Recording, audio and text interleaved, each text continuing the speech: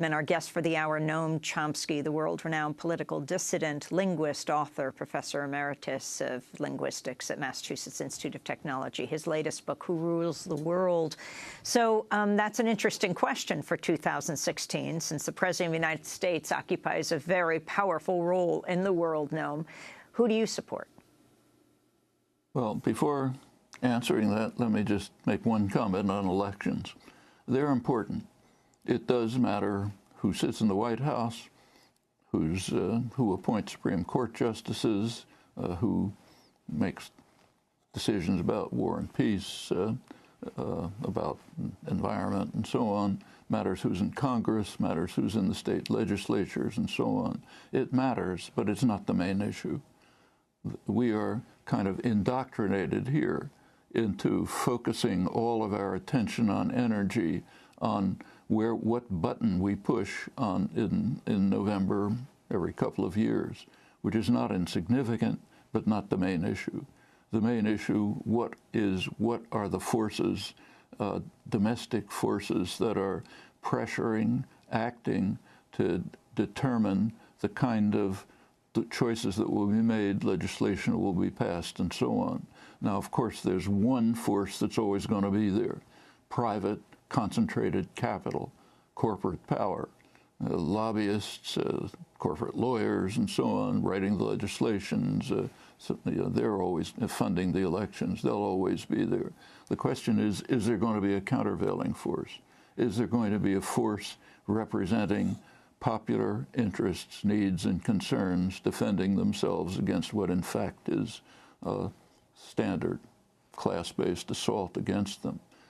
And now elections can be used as a way of galvanizing and mobilizing the kinds of groups which could become persistent, dedicated, growing, constant forces that influence significantly what's done in the White House and Congress. The New Deal legislation of Roosevelt, for example, wouldn't have been passed, it wouldn't have even been initiated without militant labor action and other political action. And those are lessons to remember. But now going back to who should you push the button for, well, in the primaries, I would prefer Bernie Sanders. If Clinton is nominated and it comes to a choice between Clinton and Trump, in a swing state, a state where it's going to matter which way you vote, I would vote against Trump. And by elementary arithmetic, that means you hold your nose and you vote Democrat. I don't think there's any other rational choice. Abstaining from voting, or say voting for, say, a candidate you prefer, a minority candidate, it just amounts to a vote for Donald Trump, which I think is a devastating prospect for reasons I've already mentioned. So, but meanwhile, do the important things. The significance of the Sanders campaign, which is pretty remarkable, I think. It certainly surprised me. It's not radical. I mean, Sanders himself is pretty much a traditional New Deal Democrat. I don't say that in criticism. That's doesn't pretend to be anything else, and that's a breath of fresh air in the current generally right-wing climate. But the importance of it is if it can be used, these energy and enthusiasm that's been organized and mobilized can be used to develop an ongoing popular movement which will be a powerful force, no matter who's in office, to influence and direct the country in ways that are absolutely necessary, even for survival at this point. That's my view of it. Do you think there's any possibility that Bernie Sanders could, the man you prefer, the candidate you prefer, could be the candidate? It's possible, I guess. I mean, I should say I've been wrong all along, both about Sanders and Trump. I never thought either of them would get anywhere. I was in good company in making those predictions, but they were wrong, and it could be wrong again. but I think the probabilities are there isn't a lot of point speculating. We'll see how we can try to reach the conclusions we want, the outcomes we want. And what do you think Donald Trump is tapping into, and what do you think of his statements, waffling on whether he would disavow support of the known Klan leader, David Duke, the avowed white supremacist, saying that no Muslims can come into this country?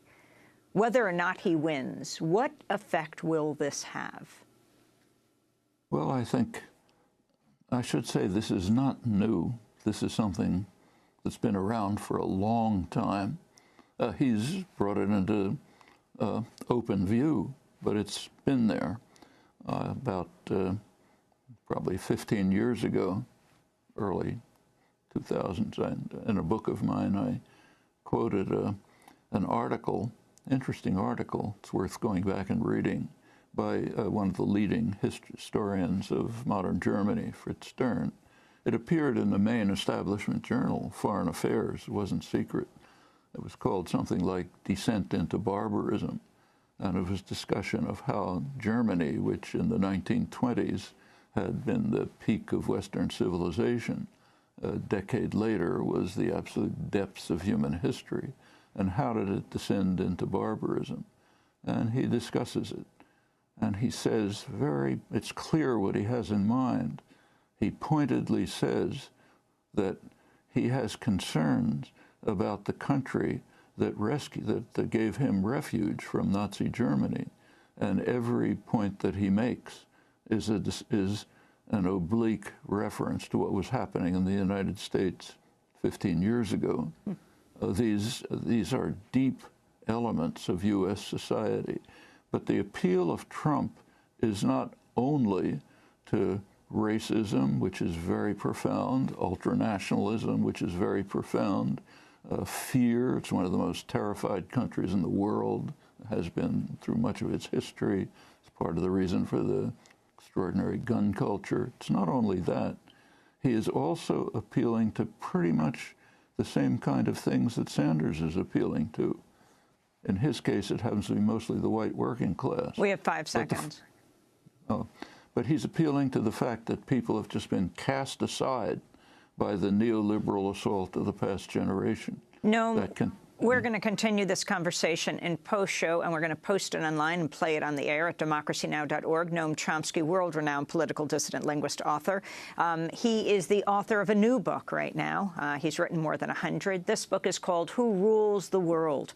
I'll be speaking Tuesday night in Chicago with Jeremy Scahill at the Chicago Temple Building, Wednesday at the Barrymore Theatre in Madison, and then on to Toronto, Canada, Thursday and Friday, then Troy, New York on Saturday. Democracy Now! Has job openings, video news production, fellowship, and internship. Check our website.